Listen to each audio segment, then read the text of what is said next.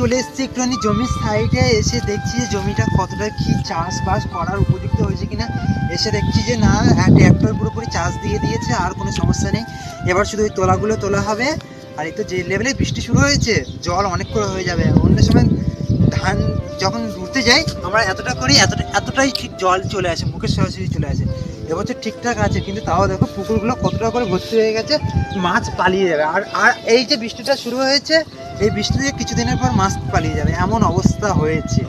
আর কি বলতো, এই বর্ষার সময় না খেলতে সবার ভালো লাগে, কিন্তু আমাদের গ্রামে যারা যারা খেলে তারা কেউ নেই, সব কাজে চলে গেছে। আমাদের যেহেতু হচ্ছে সবাই খেটে খাওয়া মানুষ, সেহেতু আর কেউ নেই, সবাই কাজে চলে গেছে বলে আমরা কেউ আর খেলাধুলা করতে পারি না।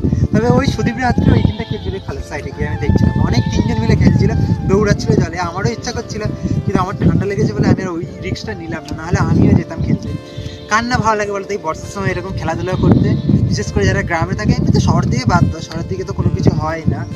আর না, এই বর্ষায় এইগুলো এত সুন্দর সবুজ হয়ে ওঠে, দাঁড়াও আর কিছুদিন যাক, আরো সুন্দর দেখাবে, এত সুন্দর লাগবে।